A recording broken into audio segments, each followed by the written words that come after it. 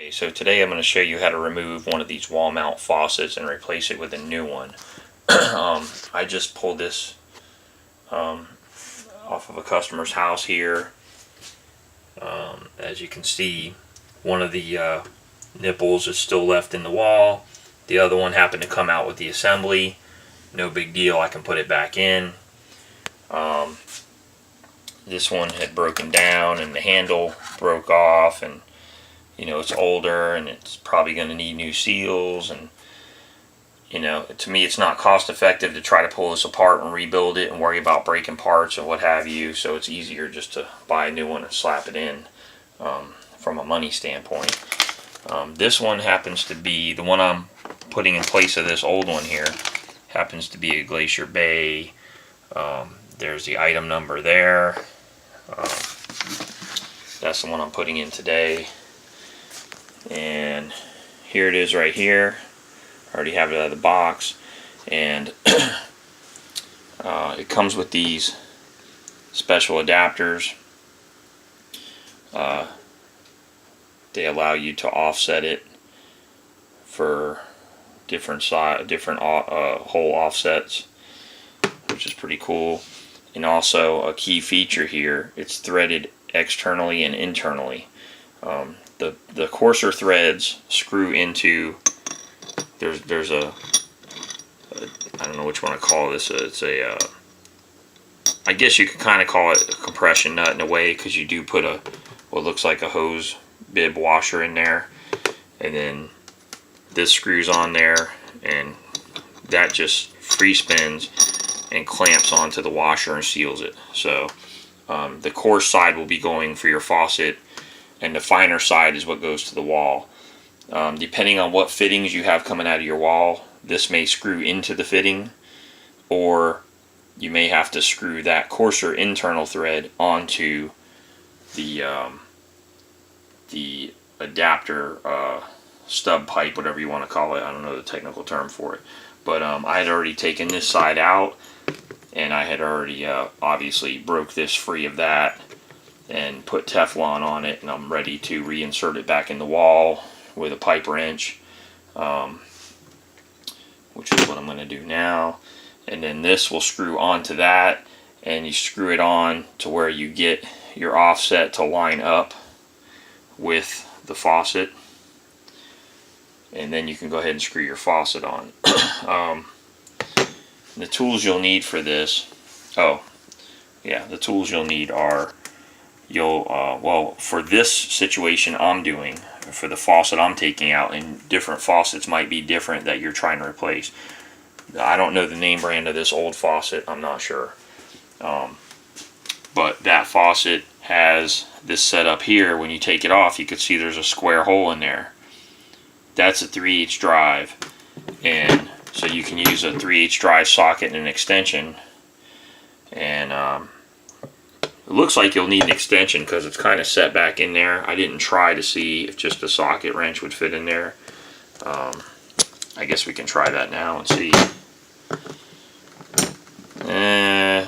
It does, but it doesn't. I wouldn't really trust that. It's barely. I guess if you're in a pinch, it may work, but it seems like it's barely catching that square hole. I would recommend to use a extension, because it'll seat down in that hole and get a good bite on it. And then obviously lefty loosey, righty tighty on both of them. So on the left and right side, you're going to turn them counterclockwise to remove. And like I said, the right side, the nipple was still left in there, which is fine with me. The left side, it came out with the adapter piece, because this original faucet has its own. You can see that's kind of offset and goes down, so it's an offset adapter too, so it could be fine-tuned to line up with the faucet. Just so happens to be this aftermarket one, or the different name brand one I'm replacing it with, has a much greater offset adjustability on it.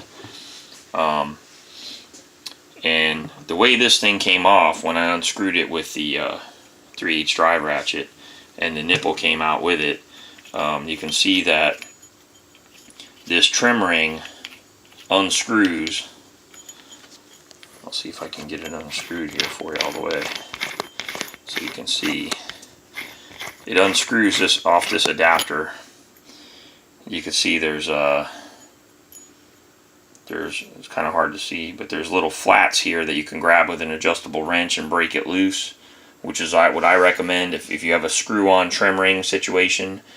Break it loose first, you know, just so it's not, to make sure it's not binding up on the backsplash or anything, you know. I mean, you may not have to, but you know, that's what I did. I broke that loose.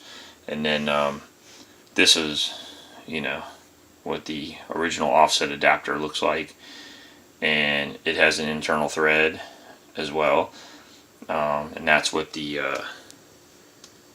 that adapter pipe screwed into, nipple pipe or whatever you call it, screwed into that. So now we don't need any of this anymore. That's all the old stuff.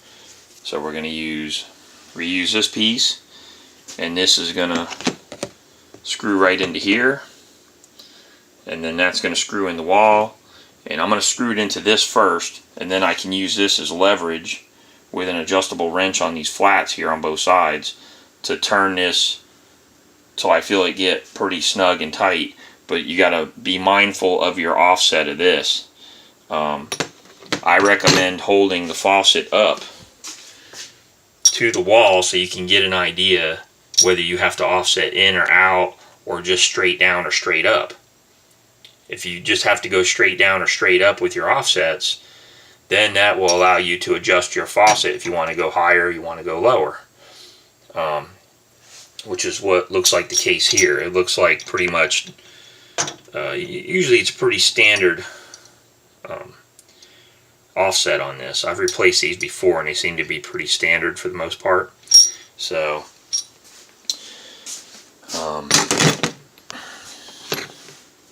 I'll start installing this, and because I can't hold the camera while I'm doing it, I'll install it and then show you some more as we go. As you can see, it happens to fit perfectly inside the adjustable wrench. So that's the way I'm going with it. And what I'll do is I'll hold this in the wrench, and I'll use my my little plumber's wrench there and tighten this nipple down into the adapter. Then all I gotta do is screw the whole assembly into the wall until it's snug and aligned properly with where I want it to go. Oops. Also, don't forget, if you have this style of faucet that you're putting in, or pretty much any wall mount faucet, don't forget to put your trim ring on while you're screwing this in, or you won't be able to get the trim ring on afterwards, and you'll end up pulling it all back apart again. So don't forget your trim ring on there. And on this one, the trim ring slides right onto these external threads pretty snugly, and then I'll screw the whole assembly into the wall, and I'll show you that in a minute. Okay, here you can see I've installed the adapters with the trim rings. I'll try to give you a good side view there. They go in pretty far, so you pretty much can't see the threads, at least not from the angle I'm looking. It goes in pretty good. Maybe that's, yeah, I can see it if I look at an extreme angle. You can kind of see the threads a little bit on back in here. I made them pretty snug. I'm going to go with, because it's, I only need them almost straight on. I mean, they're slightly, ever so slightly tilted inward to line up with the faucet. I've already pre-lined it up and I'm ready to put it on. They're very slightly tilted inward, as you can see right there, and that one's slightly tilted inward as well. Very slight. They line up perfect, and I decided to go, obviously I want it higher, because you got to think, you're washing big pots under here, you want to have more room. If you have the option of having more room underneath the spout, why not? It's free. So you could either, in my situation, because the way it lines up, I could either put them coming down or put them going up. So of course I'm going to put them going up to give me that little bit more clearance off the sink for washing bigger items. Plus, I mean, it's not my house, I'm doing it for a customer, but still, I mean, if it were my house, I try to do everything as if I'm working on my house. And this is the way I would do it. So I'll pause this and get to the next step, and you'll see the finished product. Also, don't forget to put your little hose bib looking washers into the compression nut area there before you screw it on, or you'll end up with a major leak. That's all you need is the washer. I mean, I guess you could put a little Teflon's really not going to do any good, because all that would do is seal the threads. It wouldn't seal it from not leaking around the front side of the washer, because there's water pressure being forced where that seal is. It would make it want to come out in front of this. I mean, you could put pipe dope or something, but it's not necessary because you got these sealing washers here. So you shouldn't need anything. If you do want to put pipe dope, I guess it wouldn't be a bad idea, because it might kind of act like an anti-seize so that this can't rot together, especially if you're on well water or something like that. So maybe it wouldn't be a bad idea to put a little type of pipe dope stuff on there, which I think I'll probably do now that I'm thinking about it, just to help with the anti-seizing effect. Alright, I'll put this on and show you the finished product. Okay, and here's the finished product. You can see I have my offsets set up, going higher, gives a little bit more clearance on the faucet from the sink. So it's actually higher than the older faucet was, not only because of the offsets being a lot more exaggerated, but also the neck appears to go up a little bit higher as well on this model, versus the old one. Now, granted, this one is a cheaper faucet, you know, but it was readily available to me, so, you know, that's why I got this one. But this one here that I took out to replace, this is an older style, but it seems to be of a good quality. It's been here for probably 20-30 years. It seems to be of real good quality. The fit and finish is real nice. The neck still spins. It's a tight neck. I mean, as far as there's no play in the neck, whereas this one here, you can see there's play on it because it's just a cheaper model. You could even see when I turn it on, you can see the neck will kind of jump up from the water pressure. It still does the purpose. It's just a cheaper faucet. But so there it is. Now the last step is to put the soap dish on. Obviously you want to wait for that for last. This has a little tab in the back that you screw the post in, which is right here, and I can screw that post in there. I'm going to take my pliers and put it on these threads, on this little, whatever you want to call it, fluted area, and I'm just going to tweak it a little so it doesn't unscrew, and then the soap dish just pushes down over that, which I'll show you in a second.